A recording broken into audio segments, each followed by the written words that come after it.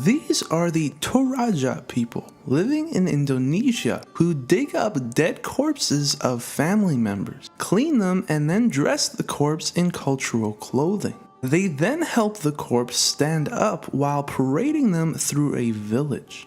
See, people here often cannot afford to have a proper funeral when family members pass. As a result, the corpse is wrapped in cloth and buried at the location that they pass away. They believe that keeping them wrapped in cloth keeps their soul preserved until a proper burial is available.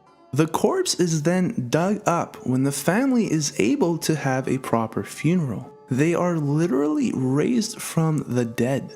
If a person dies outside of their home village, the corpse is taken from their place of death and paraded by the entire village all the way to their home to be buried again.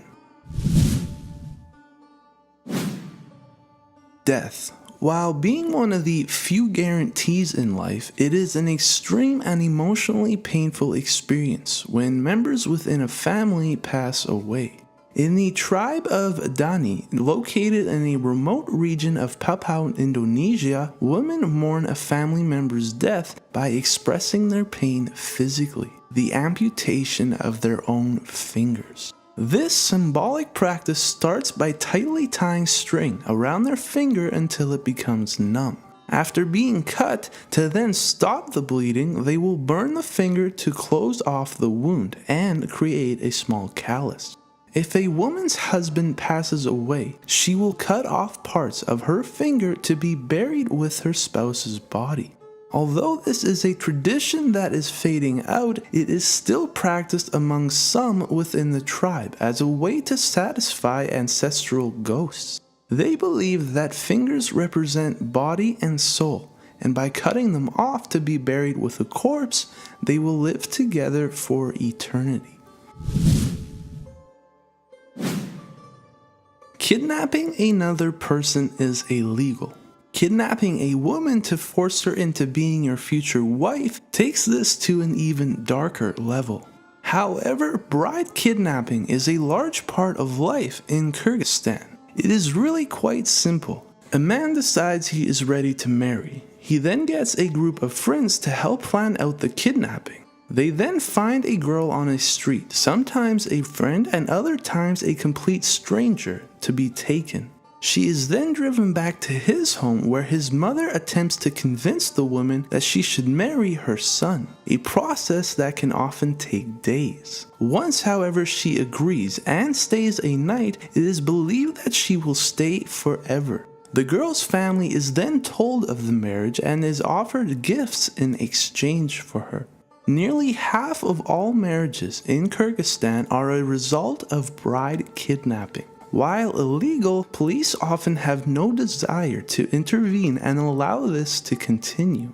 Up to 95% of women, whether they want to be married or not, will never turn to police as they are taught and believe that it is tradition. Sadly, many of these women who are forced into marriage often end up in unstable relationships, prostitution, divorce, and even suicide. These are the people of Phuket, Thailand, about to partake in one of the most extreme ritual traditions in the world. Participants push spears, knives, swords, umbrellas, chairs, and virtually anything that they can through their cheeks.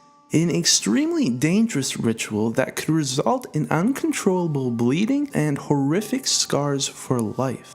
They believe only a person able to withstand such unbearable pain can become soldiers of their gods. The pain endured is on behalf of all within their community. As a thanks, spectators set up food stations as offerings while participants walk by, blessing their families with prosperity. They walk up to 5 miles with these objects in their mouth. As the walk goes on, the mutilation often escalates as it almost becomes a form of competition, leading to people often cutting themselves heavily.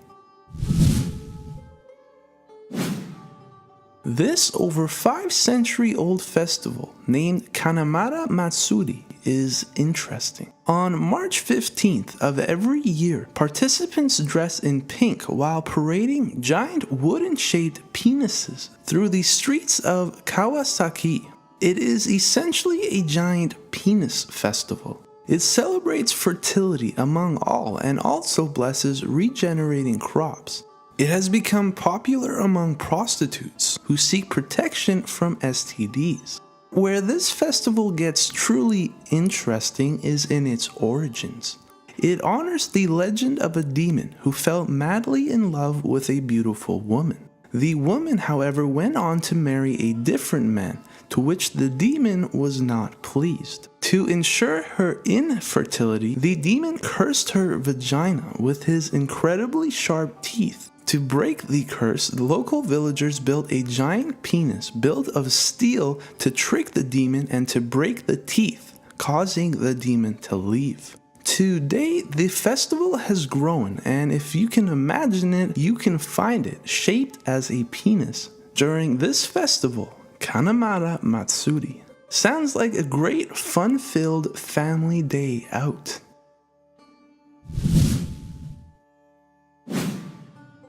The crucifixion of Jesus Christ occurred during the 1st century Judea. The death and resurrection of Jesus is arguably the most widely celebrated holiday in modern Christianity. In the Philippines, a group of devout Catholics reenact the sacrifice of God annually in a tradition of whipping themselves heavily with chains before they themselves are hammered to a giant cross as nails are pierced into their hands and feet. Some choose to crawl on their hands and knees until bloodied. Participants believe that going through these rituals and sacrifices will lead to luck as they seek divine intervention. The pain endured is nearly unbearable, with wounds often needing weeks to heal. A price they claim is a small one to pay for the blessings that they receive. This has become tradition, attracting large crowds of spectators around the country. A strange practice in southern India, dating back an estimated 700 years, is that of throwing small infants, usually under 2 years old, off a ledge up to 50 feet high. Young couples getting married take vows that should they be blessed with a child, they will return to their temple to partake in this tradition. It takes place during the first week of December, where men in robes shake the infants while dangling them over the edge before dropping the child into a cloth. Spectators roar in excitement as they pass the child around, each giving their blessings before returning the child to their parents. This ritual is believed by parents to bring their children luck. While thought to be quite rare, both Muslims and Hindus partake in this dangerous ritual. After video surfaced in 2009, this practice sparked global outrage and was banned in 2011. However, the tradition has not stopped, and it is believed that up to 200 children are dropped every year. Possibly the harshest tradition among Muslims takes place during one of the 4 sacred months called the Morning of Muharram. The month of Muharram, translating to forbidden, is for Muslims an extremely sacred month of fasting and mourning. On the 10th day of this month, the day of Ashura sees the mourning of the death of Prophet Muhammad's grandson, Hazrat Imam Hussein, who died during battle in 680 AD in what is today Iraq.